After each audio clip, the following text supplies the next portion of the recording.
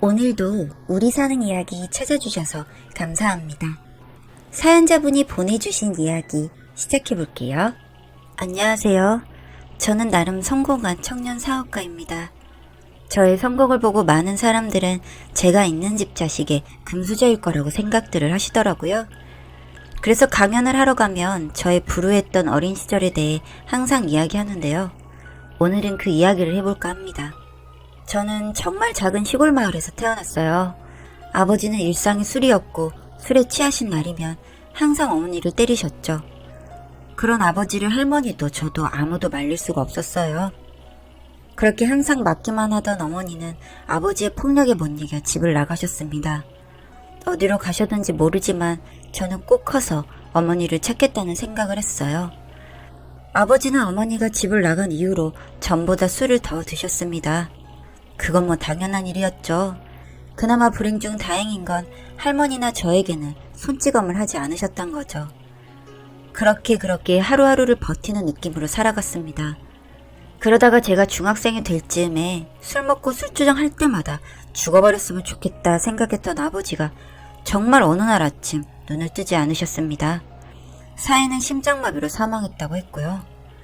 그렇게 저는 엄마도 없고 아빠도 없이 그렇게 할머니와 둘이 살게 되었습니다. 그나마 다행이었죠.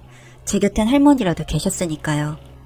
그런데 정말 저는 운이 없는 놈인지 팔자가 사나운 놈이라 그런지 할머니마저도 제 곁을 떠나시더군요. 아버지가 돌아가신 후 충격을 받으셨던 탓인지 그렇게 2달 더 저와 계셔주시다가 영원히 눈을 뜨지 않으셨습니다. 주무신다고 하시더니 그렇게 영원히 주무시게 된 거였죠. 제 감정이 어땠는지야 어느 누구도 제 마음을 헤아릴 수 없을 것입니다. 어느 누구도요. 그저 이 무서운 세상에 혼자 남아있는 게 너무 싫었죠. 그렇게 할머니의 장례까지 연달아 치르게 되면서 그나마 제가 얻을 수 있었던 건 장례식에 친척들이 왔다는 것이었습니다. 그 친척 중 한 명의 집에 가서 살게 되었어요. 그 시골에서 살면서 땅 조금이야 있었죠. 아버지가 남긴 땅과 재산이 제 것으로 되었고 그걸 봐서인지 뭔지 흔쾌히 친척분이 집에 가서 살자고 했습니다. 그렇게 저는 서울로 가게 되었어요. 모든 것이 낯선 세상이었죠. 그런 세상 속에서 저는 방황을 시작했습니다. 시골에서는 곧잘했던 공부도 서울로 가게 된 뒤에는 아예 손을 놔버렸죠. 저도 알았던 것 같습니다. 친척도 저를 진심으로 불쌍해서 걷어준 것이 아니라 그 알량한 아버지의 재산에만 관심이 있어서 그런다는 것을요.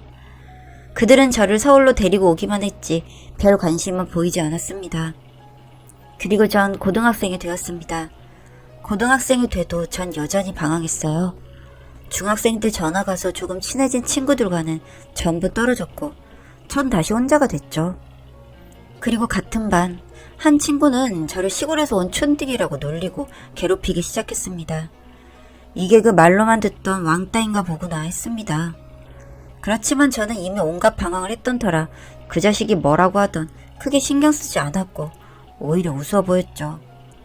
다른 친구들의 말로 그 친구는 굉장히 부잣집 아들이라고 했어요. 그게 무슨 지의 간판이라도 되는 건지 학교에서 본인이 왕인 듯 행동을 하더군요. 저는 그 친구의 괴롭힘이 참을만 했습니다. 촌뜨기라고 놀리는 것도 제가 시골에서 왔으니 당연히 촌스러워 그런 거니 받아들였고 기분도 나쁘지 않았죠. 그런데 그런 저의 태도가 그 친구를 더 자극했던 모양입니다. 그렇게 더욱더 괴롭힘은 심해져 가더군요. 같은 반 친구들이 있었지만 어느 누구도 말려주는 사람이 없었고 선생님들마저도 못 본 척 하더군요. 그만큼 그 자식이 대단한 놈이긴 했던 모양이더군요.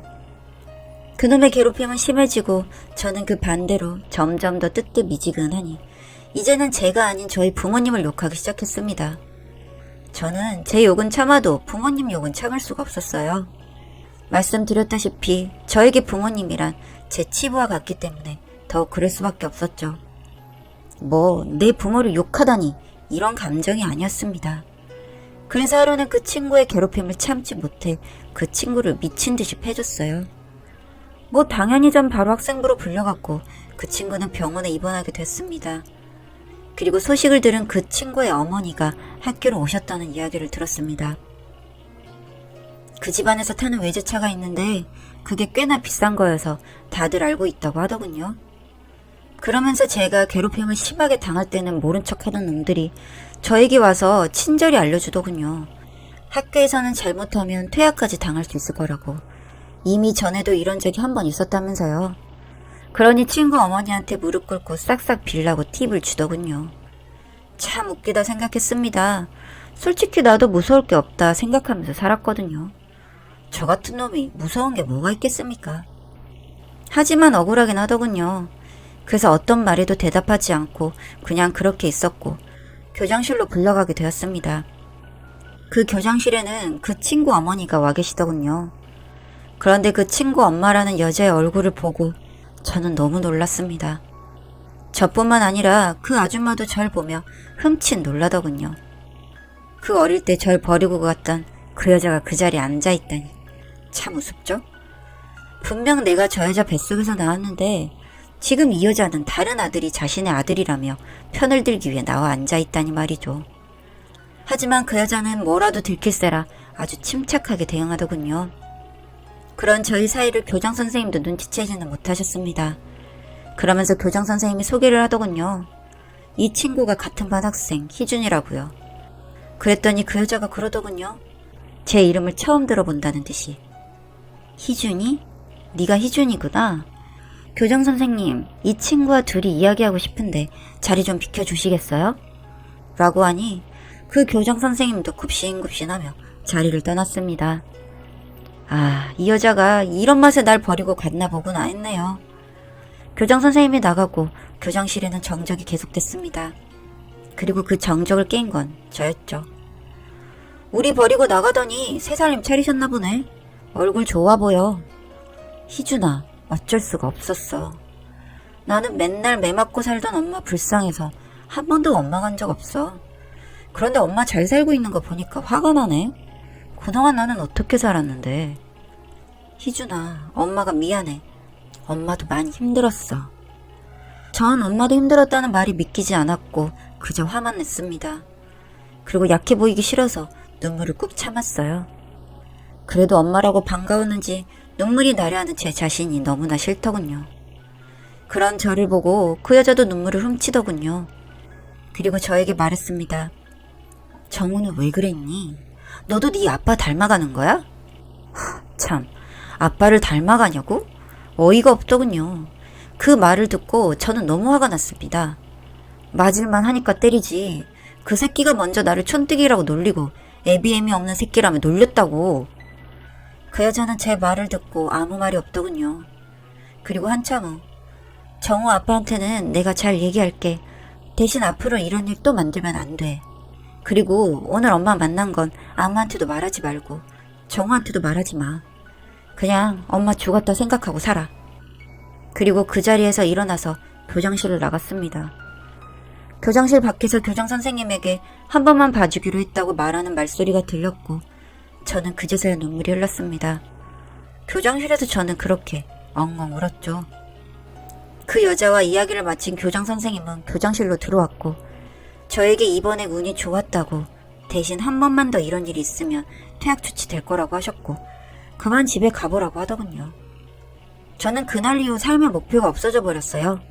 제 목표는 다른 게 아니라 엄마를 찾는 일이었는데 엄마는 저를 보고도 모른 척하라고 하니 세상이 무너지는 것 같았고 아버지와 할머니가 돌아가셨을 때보다 더 큰 슬픔에 잠겼었죠. 그리고 한동안 정신 나간 사람처럼 지냈던 것 같습니다. 한 달 뒤 정우는 다시 학교에 나오기 시작했고 또 저를 비아냥대기 시작했어요. 저는 정우를 보면서 더욱 분노가 치밀어 올랐고 그럴 때마다 때릴 수는 없고 그 새끼 코를 납작하게 만들어줘야겠다고 생각했습니다. 그리고 생각한 게 바로 공부를 해야겠다고 다짐했죠. 그 당시 정우는 집도 잘 사는 데다가 공부도 정말 잘했습니다. 전교 1등이었어요.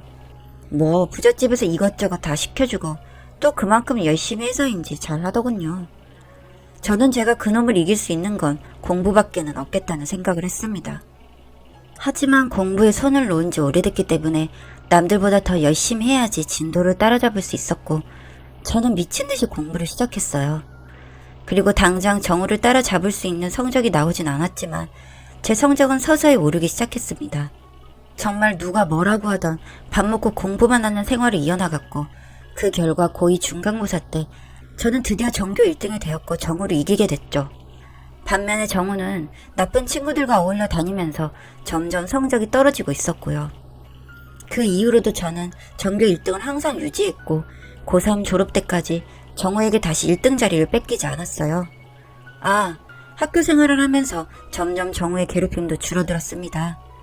아무래도 저에게 공부로 밀리며 전교 1등 자리를 놓치니 아빠에게 엄청 혼난 것 같더라고요. 그렇게 그놈도 아빠에게 당하고 나니 저에게까지 신경 쓸 여력이 없어진 것 같았죠. 여튼 저는 서울대에 합격했고 정우는 연세대에 합격했습니다. 모든 걸 잊고 전 대학 생활을 시작했고 친척 집에서도 독립해서 아버지가 물려주는 재산을 가지고 학교 앞에 작은 집을 얻어 생활했죠. 그리고 학교 내 동아리를 하면서 지금의 동업자들을 만나서 전 사업에 성공을 하게 됐어요. 그렇게 제 삶을 바쁘게 이어나가면서 자연스럽게 고등학교 졸업 이후로는 엄마와 정우의 소식을 전혀 들을 수 없었죠.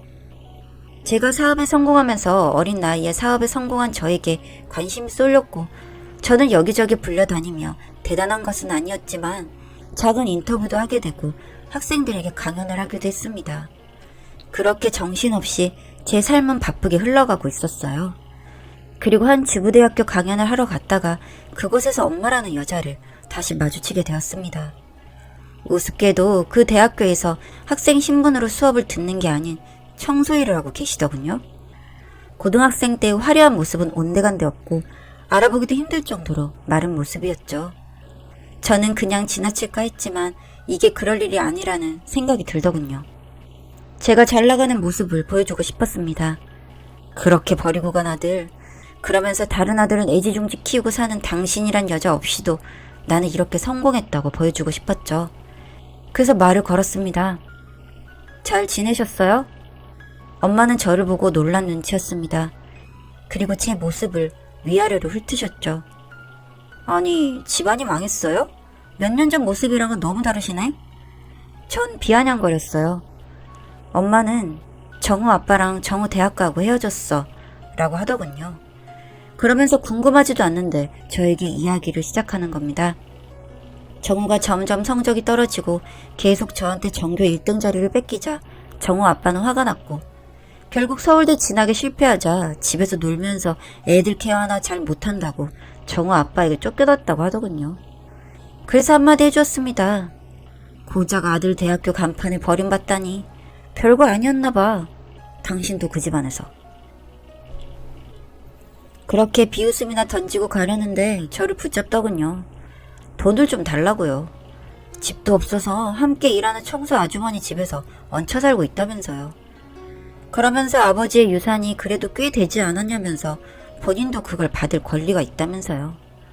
헛웃음이 나올 지경이었습니다. 정말 이 여자는 뭘까 싶었습니다.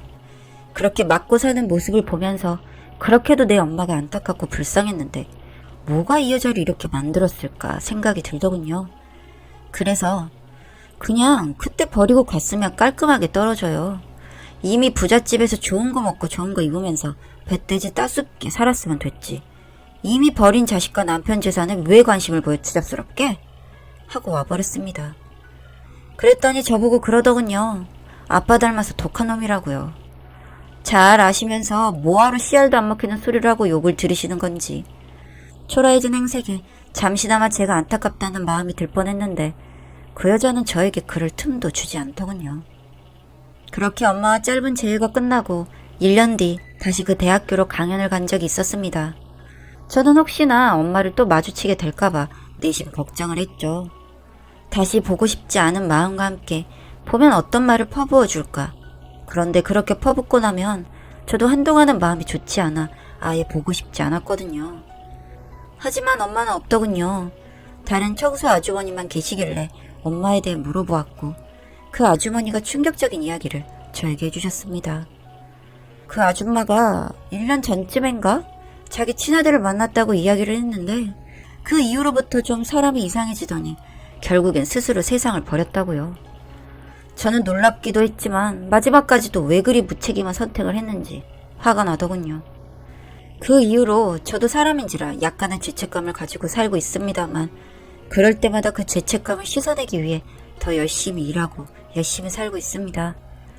제 이야기를 들으면 참 독한 놈이라고 손가락질하는 사람도 있겠지만 제가 살아온 세월을 생각하면 저도 어쩔 수 없었던 게 아닐까요?